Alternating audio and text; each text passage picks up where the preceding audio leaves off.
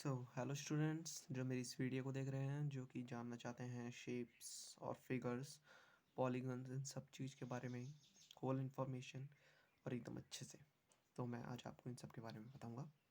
वैसे तो आप इन सब के बारे में आपको अपनी मैथ्स की बुक में पढ़ाते हैं, पर उसमें अच्छे से नहीं बताते। मैं आपके हर एक डाउट क्लियर करूँगा और आपको अच्छे से समझाऊँगा। तो पॉलीगन्स सबसे मेन जहाँ से शुरू होते हैं, तो हम शुरू करते हैं शेप्स और फिगर्स से। ये दो टाइप्स की होती हैं।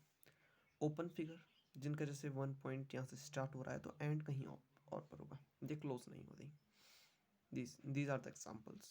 And the closed figures, that square, triangle, or the figures that are closed. Okay, now we start from polygons. Polygons are closed figures, and the first polygon is triangle, starting from the three sides. Triangle have three sides. Triangle की तीन sides होती हैं, ठीक है। हम दूसरे quadrilateral पर चलते हैं तो उसकी चार साइड्स होती हैं। दूसरे पॉलीगन पे, जिसे हम क्वाड्रिलेटरल कहते हैं, उसकी चार साइड्स होती हैं। जिसकी पांच साइड्स होती हैं उसे हम कहते हैं पेंटागन।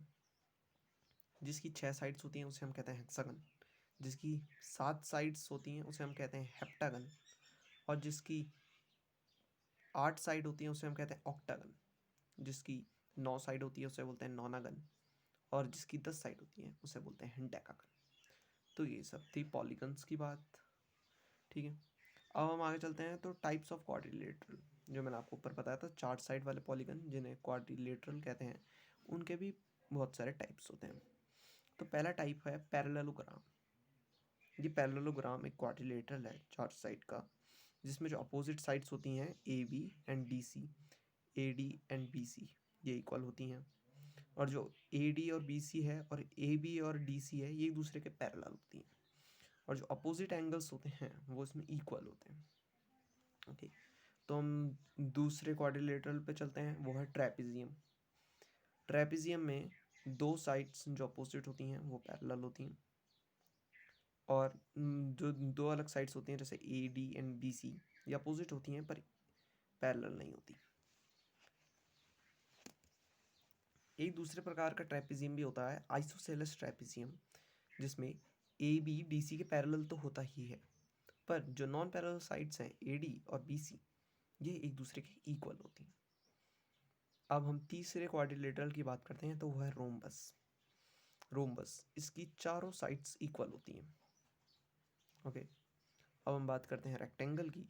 तो रेक्टेंगल की जो अपोजिट साइड्स होती हैं वो इक्वल होती हैं और हर एक एंगल 90 डिग्री का होता है। अब हम स्क्वायर की बात करते हैं, पांचवें क्वाड्रिलेटरल की, तो इसमें ऑल साइड्स आर इक्वल और हर एक एंगल 90 डिग्री होता है।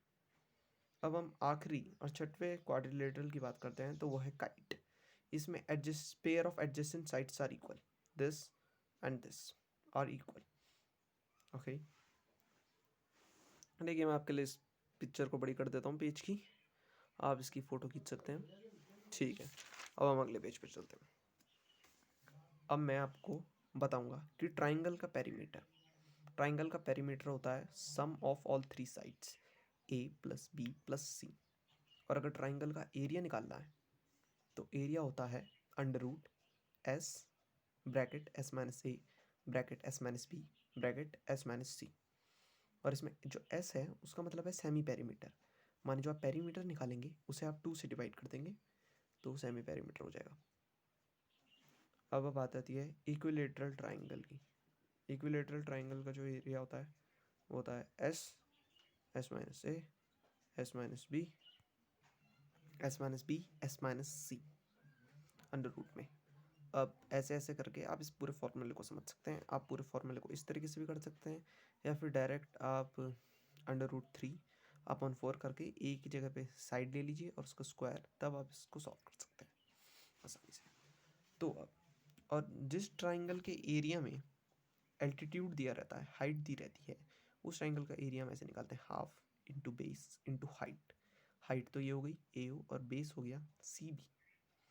अब बात आती है ट्राइंगल आइसोसेलेस की। इनका जो एरिया होता है वो हम कैसे निकालेंगे, जैसे कि आइसोसेलेस ट्राइंगल है, उसमें ये दो साइड्स तो इक्वल होती हैं और ये ये अलग होती है।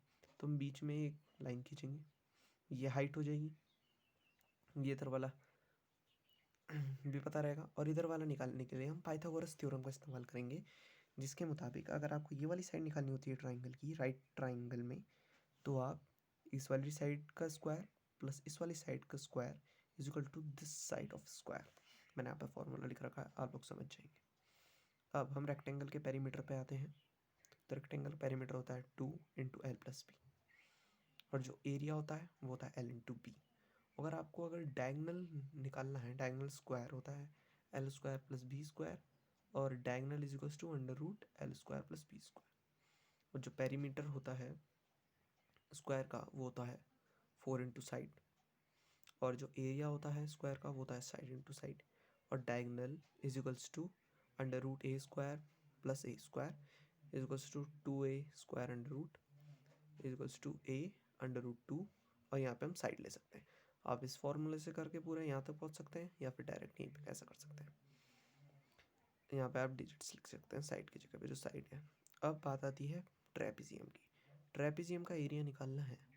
ट्रेपेजियम का पेरीमीटर तो होता है sum of parallel sides plus sum of non parallel sides, माने DC प्लस AC, माने DC plus AB plus DA plus CB। और जो इसका एरिया होता है वो होता है half into A plus B into height. इसमें A प्लस बी है सम ऑफ पैरेलल साइड्स। अब दूसरी बात आती है पैरेललोग्राम। तो पैरेललोग्राम का पेरीमीटर नहीं बताते, इसका एरिया होता है बेस इंटू हाइट। ये हो गया बेस हमारा, और हाइट जो एल्टीट्यूड होता है। और आखिरी में हम रोम्बस पे आते हैं। तो रोम्बस का जो एरिया होता है वो होता है half into product of diagonals. Diagonals का प्रोडक्ट निकाल दीजिए। बस यहीं पे वीडियो ख़त्म होती है। मुझे आपको यही सब बताना था। आप इस पेज की फ़ोटो भी खींच सकते हैं। Thank you.